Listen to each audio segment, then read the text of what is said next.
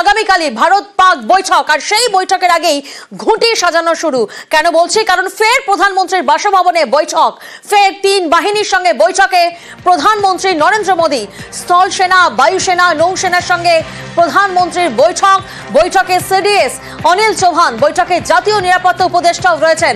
প্রতিনিধি আবির এই মুহূর্তে আমাদের সঙ্গে রয়েছেন, সরাসরি আবিরের সঙ্গে যোগাযোগ করব। আবির, আমরা দেখেছিলাম গতকাল বিকেল 5টা থেকে সংঘর্ষ বিরতি শুরু হয়, দুই দেশের ডিজিএমওর বৈঠকে এই সিদ্ধান্ত নেওয়া হয়, কিন্তু ঠিক তার 3 ঘন্টা পরেই যুদ্ধ বিরতি, এই সংঘর্ষ বিরতি লঙ্ঘন করে পাকিস্তান। আমরা দেখেছি শ্রীনগরে 20 মিনিটের মধ্যে 50 বার বিস্ফোরণের শব্দ পাওয়া যায়।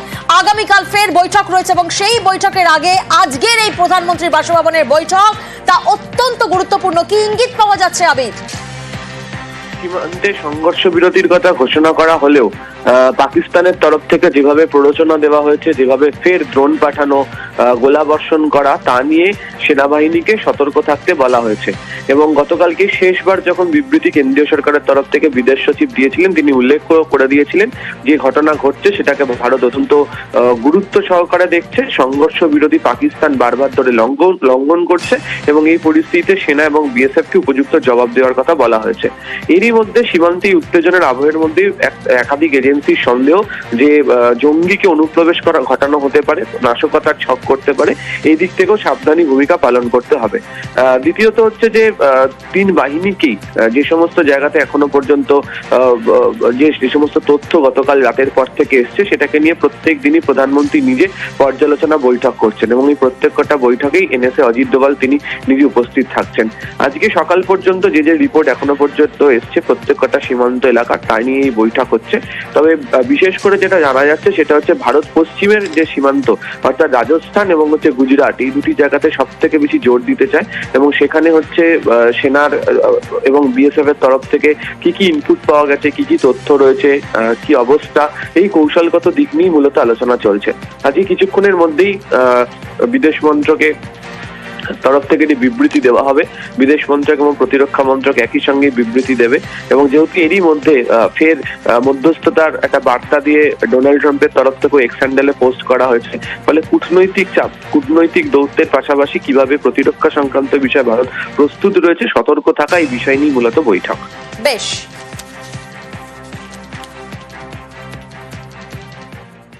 কাল ভারত পাক বৈঠক, আর সেই বৈঠকের আগেই ঘুঁটি সাজানো শুরু হয়েছে। ফের প্রধানমন্ত্রীর বাসভবনে বৈঠক, ফের তিন বাহিনীর সঙ্গে বৈঠক নরেন্দ্র মোদীর। স্থল, বায়ু, নৌসেনা প্রধানের সঙ্গে বৈঠক প্রধানমন্ত্রীর। আর এই মুহূর্তে আমরা যোগাযোগ করতে পেরেছি অবসরপ্রাপ্ত বায়ুসেনা কর্তা মিস্টার আর কে দাসের সঙ্গে। Welcome to our news 18 Bangla show. আপনার সঙ্গে রয়েছে আমি প্রিয়াঙ্কা। আমরা দেখেছি সংঘর্ষ বিরতির ঘোষণা হয়েছে, দুই দেশের ডিজিএমওর সঙ্গে বৈঠক হয়, কিন্তু তার 3 ঘন্টার মধ্যে এই যে দফায় দফায় সংঘর্ষ বিরতি লঙ্ঘন পাকিস্তানের, তাহলে এটা কি কোথাও না কোথাও পাকিস্তানের অভ্যন্তরীণ বিদ্রোহ সামনে আসছে, অর্থাৎ শাহবাজ শরীফ এবং আসিম মুনিরের? দেখো, পাকিস্তান যেই ধরনের ওদের সেনাবাহিনী রয়েছে, যেই ধরনের দেশ রয়েছে, এদের উপরে কোনোদিন আমরা ভরসা করতে পারি না। আমরা যদি ভাবি কি ওরা মানে সভ্যভাবে চলবে, সভ্যভাবে সিজ ফায়ার যেটা ডিক্লারেশন হয়েছে সেটাকে মেনে চলবে, সেটা কিন্তু আমাদেরই ভুল হবে। তাহলে আমরা দেখেছি গতকাল রাতেও অনেক ওরা ড্রোন পাঠিয়েছিল ভারতের সীমানা, আর ভারতের ভিতরেও এসে শ্রীনগর অব্দি এসে গেছিল। তো আর এর পরেও যে একদম করবে না সেটাও আমরা আমাদের মানে ভাবা উচিত না, এরপরেও ওরা করতে পারে। তো পাকিস্তান যেই ধরনের দেশ, যেই ধরনের ওদের চিন্তাধারা, ওরা কিন্তু আরো করতে পারে। এখন কথাটা হচ্ছে কি, ভারত কি করা উচিত? এরপরে যদি কোনো সময় পাকিস্তান যদি কোনো একটা মিস অ্যাডভেঞ্চার করে, ড্রোন পাঠিয়েছিল কিন্তু ড্রোন গুলো কিছুই কার্যকর করতে পারেনি, আর এখন যা খবর আসছে রাত 1টার পরে আর কোনো ড্রোন কিংবা কোনো শেলিং হয়নি। কিন্তু যদি পাকিস্তান এরপরে কিছু যুদ্ধ বিরাম যেটা হয়েছে সেটাকে উল্লঙ্ঘন করে, তাহলে we have the right to respond, আর আমরা সেইভাবেই রেসপন্ড করবো যেটা উচিত। কেন কি আমরা গভর্নমেন্ট থেকে বলাই হয়ে গেছে কি এরপরে যদি কোনো সময় যদি পাকিস্তান কিছু করে, then it will be an act of war. তো আমরা এটা তারপরে we have the right to respond accordingly. এখন দেখা যাক কতদিন এটা চলে। বাট পাকিস্তানের উপরে কিন্তু ভরসা করা উচিত না। একেবারে পাকিস্তানের উপর একেবারেই ভরসা করা উচিত না, কারণ যেভাবে পাকিস্তানকে আমরা দেখছি, যেভাবে ভারতের নিরীহ নাগরিককে টার্গেট করা হচ্ছে, যেভাবে ধর্মীয় স্থানকে টার্গেট করা হচ্ছে, তাই নিয়ে একাধিকবার প্রশ্নের মুখে পাকিস্তান।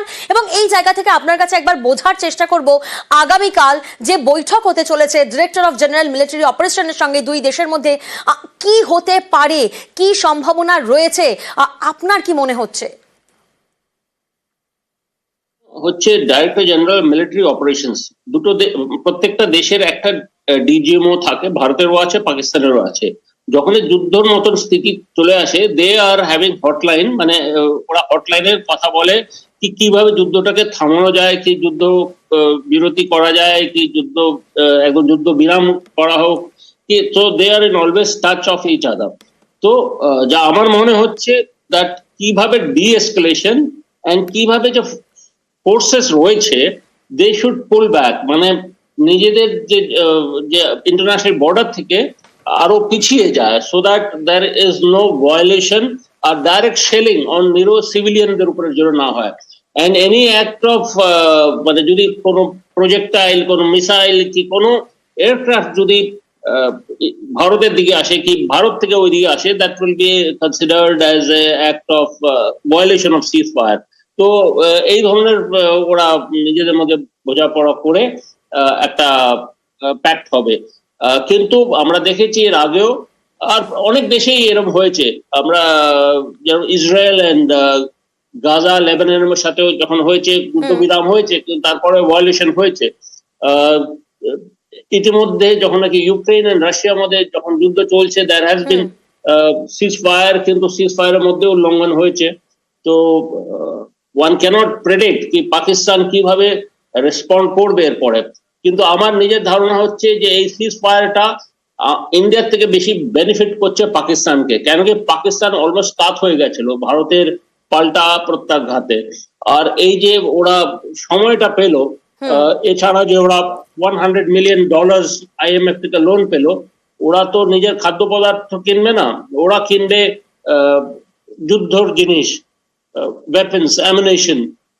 একেবারে গ্রুপ ক্যাপ্টেন মিস্টার আর কে দাস, এই জায়গাটায় সত্যি অত্যন্ত মানে চিন্তার বিষয়। যে দেশে 3000 টাকার সিলিন্ডার, যে দেশে 800 টাকার আটা কেজি পাওয়া যাচ্ছে, সেই দেশে তারা যুদ্ধের ওয়েপন কিনতেই ব্যস্ত।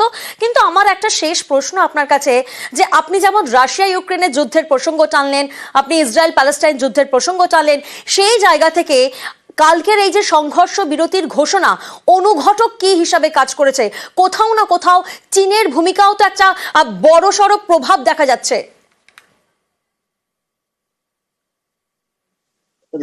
আমেরিকান ইনফ্লুয়েন্সটা রয়েছে, ডোনাল্ড ট্রাম্পের ইনফ্লুয়েন্সটা রয়েছে। চীন অ্যাকচুয়ালি এই মুহূর্তে ওয়ার্ল্ড ইন্টারন্যাশনাল রিলেশনস এর মধ্যে খুব তার যে একটা ডমিনেন্স আছে সেটা নেই। চীন সেটা বুঝতে পেরেছে কি আমেরিকা এখন আমেরিকার কথায় আর সৌদি আরবিয়ার ইন্টারভেনশন ছিল, তো আমেরিকার কথায় এই যে যুদ্ধ বিরামটা হয়েছে, তো চীন কোথাও নেই। তো চীন উড লাইক টু নাও, তারপরে যুদ্ধ বিরাম হওয়ার পরে তখন ওখানকার যে ফরেন মিনিস্টার, উনি ন্যাশনাল সিকিউরিটি অ্যাডভাইজারকে ফোন করে, ভারতের অজিত দোভালকে ফোন করেছিলেন কি এটাকে যেন পার্মানেন্ট একটা সেটেলমেন্ট হয়। কিন্তু চীন, আমার মতে আই ডোন্ট থিঙ্ক চীনের খুব একটা রোল ছিল এই যুদ্ধ বিরামে। যা কিছু হয়েছে ইট ইজ আমেরিকান ইন্টারভেনশন, মানে ডোনাল্ড ট্রাম্পের। আর চীন কিন্তু পাকিস্তানকে যে অল আউট সাপোর্ট করেছে তাও না, সেটা কিন্তু আমাদের বুঝতে হবে। এটা পাকিস্তানের কাছে সাপোর্ট ছিল টার্কি আর আজারবাইজানের। চীনের থেকে এর আগের যে প্লেন পেয়েছিল সেগুলো পুরনো, আগের থেকে প্লেন পেয়েছিল, ড্রোন পেয়েছিল, সেই সব পাকিস্তান ব্যবহার করেছে। কিন্তু এই যুদ্ধের সময় চীন কিন্তু পাকিস্তানকে অল আউট সাপোর্ট করেনি। একেবারেই। আমরা আবারও আসবো আপনার কাছে, আর কিছুক্ষণের মধ্যে প্রেস ব্রিফিং রয়েছে এমইএর তরফ থেকে, তারপর আবারও আমরা আপনার সঙ্গে যোগাযোগ করব। আপাতত অনেক ধন্যবাদ নিউজ 18 বাংলার সঙ্গে কথা বলার জন্য।